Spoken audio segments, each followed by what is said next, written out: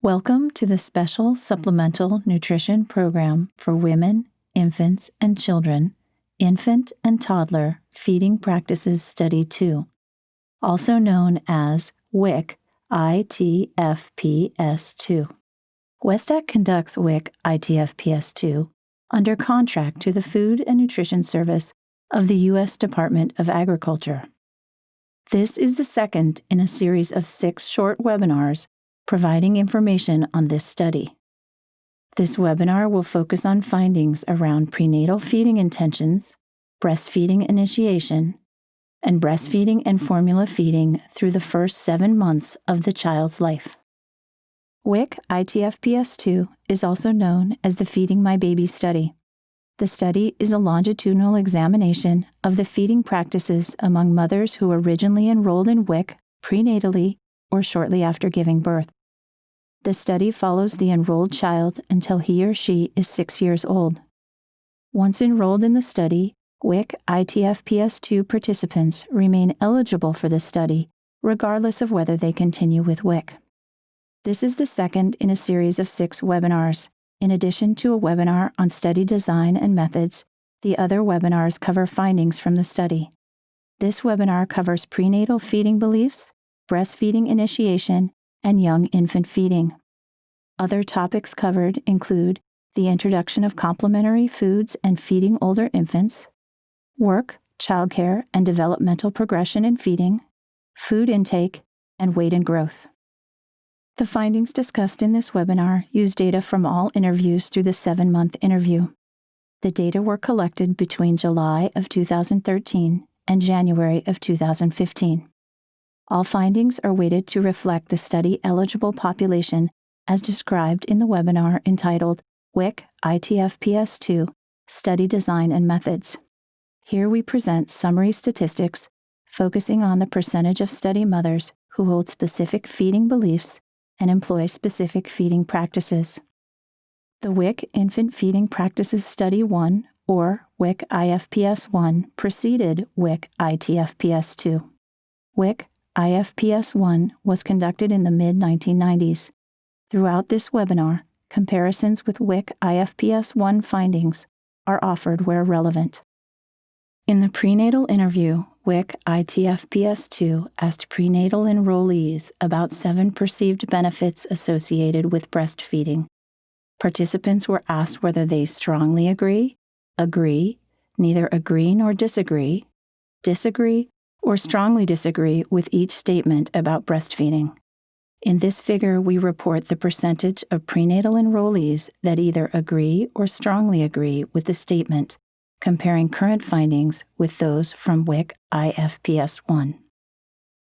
The findings make clear that in general, women are now largely positive about the benefits of breastfeeding. Estimates range from a low of 50% of women agreeing or strongly agreeing that breastfeeding reduces the risk of a child becoming overweight, to a high of 88% of women agreeing or strongly agreeing that breastfeeding brings a mother closer to her baby. 6 of the 7 benefits can be compared with WIC IFPS 1 findings. 2 of the statements show particularly large increases in the percentage of prenatal enrollees agreeing or strongly agreeing with the statement. These are breastfeeding helps women lose weight, and breastfed babies are healthier.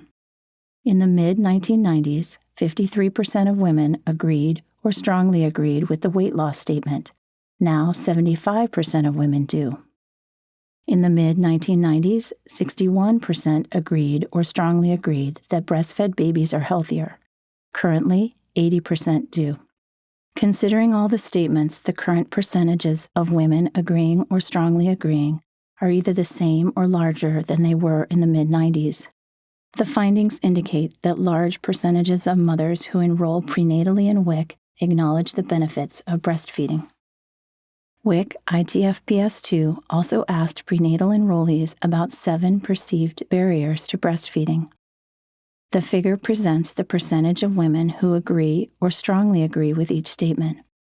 The barrier with which the greatest percentage of women agree or strongly agree is that with bottle feeding, the mother knows that the baby is getting enough to eat. 67% of mothers agreed or strongly agreed with this statement.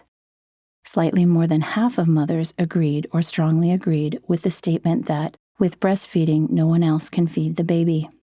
Several barriers have relatively low percentages of women agreeing with them. For example, breastfeeding ties you down and breastfeeding takes too much time have support from 17% and 15% of women, respectively.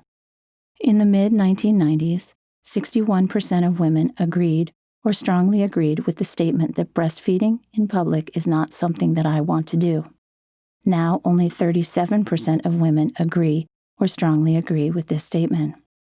Large changes are also evident in the percentages agreeing or strongly agreeing with the statement that breast milk leaking onto my clothes worries me, breastfeeding takes too much time, and breastfeeding ties you down. Changes in women's perceptions of barriers are consistent with a shift toward more positive views of breastfeeding. The breastfeeding intentions of prenatal enrollees were examined using the Infant Feeding Intentions, or IFI scale. This scale ranges from 0 to 16 and is based on the level of agreement or disagreement with the following 5 items. 1.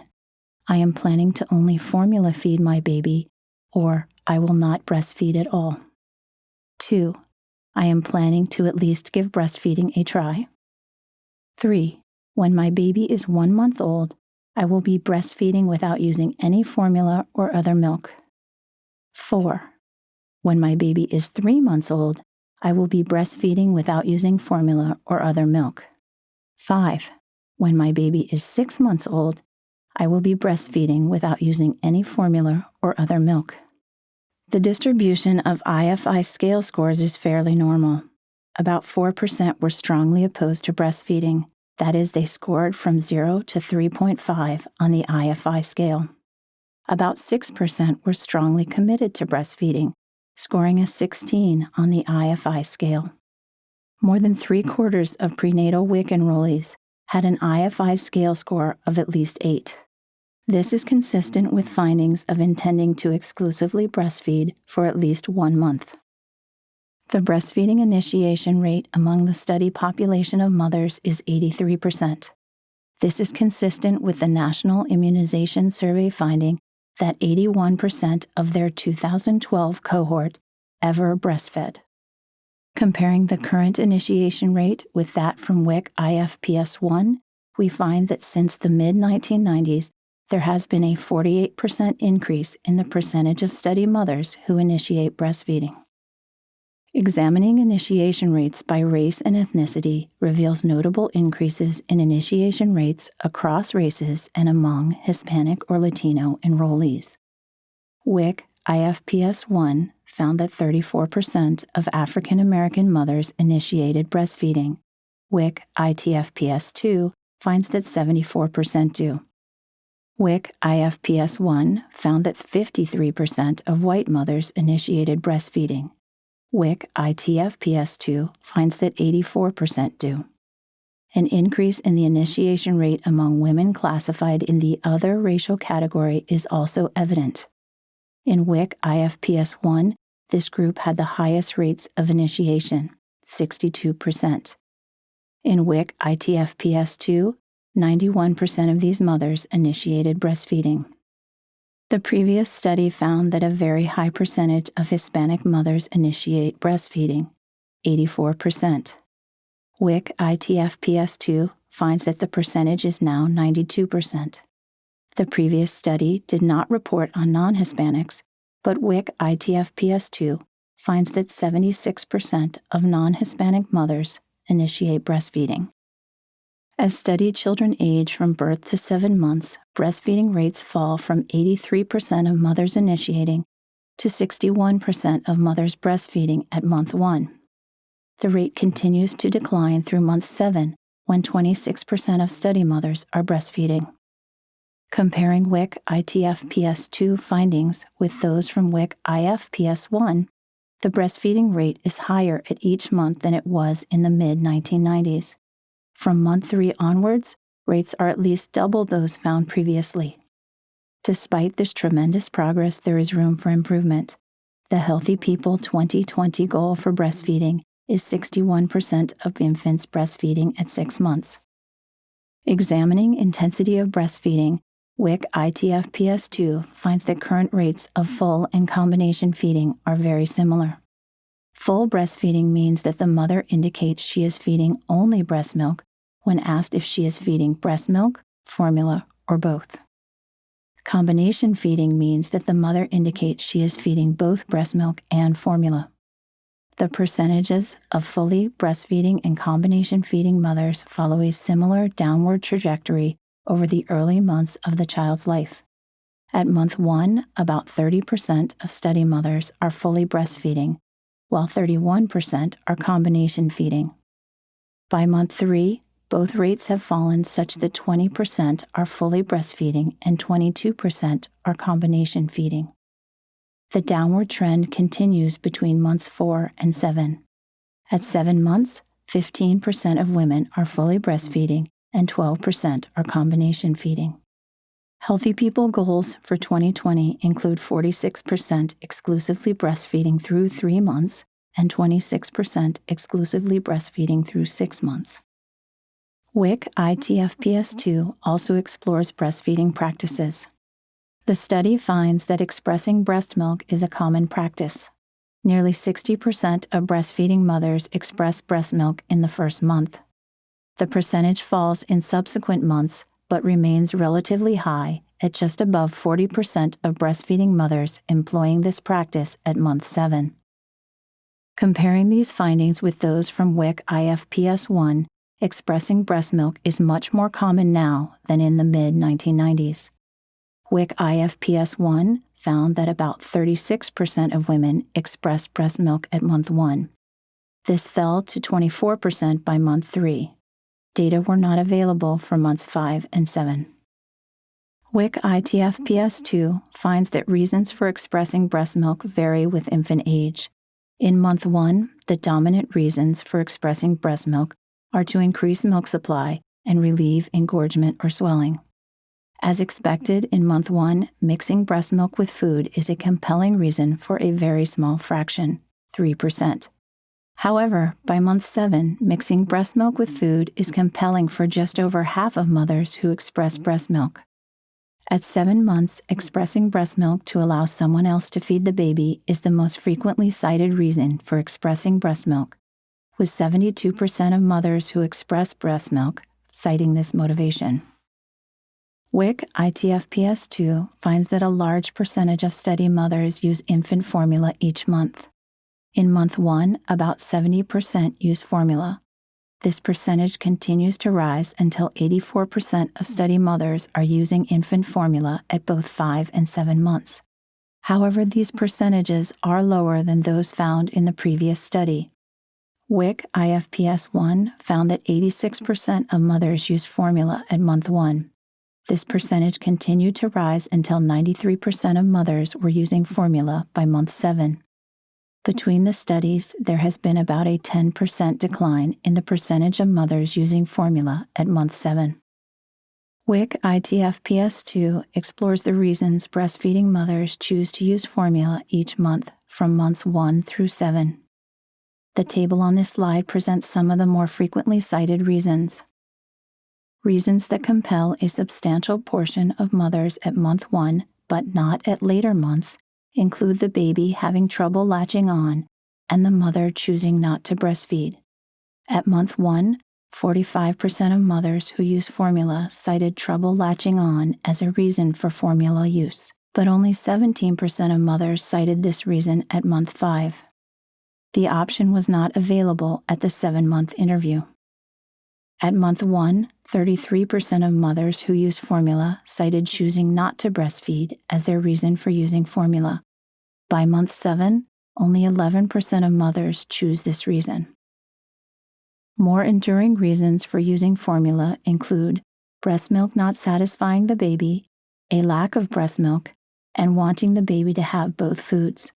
From month 1 through month 7, each of these reasons is cited by more than half of the mothers who indicate that they use formula. Infant formula can be used exclusively or in combination with breast milk. WIC ITFPS2 examines the patterns of use at each month. Starting in month 1, 39% of study mothers indicate that they are feeding formula only. The percentage rises continuously until 73% are feeding formula only at month 7. Conversely, the percentage of mothers who combination feed, that is, feed both formula and breast milk, falls from a high of 31% at month 1 to 12% by month 7. WIC ITFPS2 explores sources of feeding information. Study mothers can indicate all sources that they have used for information on feeding their children. The child's doctor or another health professional was the most frequently cited source, with 66% of study mothers citing this source. My WIC office or clinic was the second most frequently cited source, with 59% of study mothers indicating that they have turned to WIC for information on how to feed their children. The third leading source was a family member, such as their mother or mother-in-law. 56% of mothers cited this source. Other sources explored include the internet, a husband or boyfriend, books or magazines, a friend, and a mom's group or class. The internet and a husband or boyfriend were each cited by about 1/3 of study mothers. Books or magazines and a friend were cited by about 1/4 of study mothers. A mom's group or class was cited by slightly less than 10% of study mothers. WIC ITFPS2 examines the influence of WIC on women's feeding decisions. The vast majority, over 95%, of mothers who initiate breastfeeding indicate that WIC played an important role in their breastfeeding decision. Findings include the following. Women who received support calls from WIC were more likely than those who did not receive calls to feed only breast milk at 1 month. And, at 3 months postpartum, 61% of those aware of the enhanced food package for breastfeeding mothers indicated that this package was an important factor in their breastfeeding decision. In summary, there have been notable positive changes in perceptions about breastfeeding since the mid-1990s, when the previous study of feeding practices among infants enrolled in WIC was completed. In general, women are more positive about the health benefits of breastfeeding and less concerned about the barriers. Breastfeeding initiation rates have risen dramatically since the last study, and rates through 7 months remain higher than they were previously. WIC is a trusted source for infant feeding information, with a majority of study mothers looking to it for guidance. WIC staff and resources also positively influence breastfeeding behaviors among study mothers. More information about the study design and methods is available at https://www.fns.usda.gov/research-analysis. The infant year report and the second year report can both be found on this site by searching under WIC space ITFPS-2. Public use data can be requested from the Food and Nutrition Service at opsdatarequests@usda.gov. Bivariate analyses can be quickly run using the public use data files by accessing WESTAX at https://wesdax.com/wicpublic.ashx.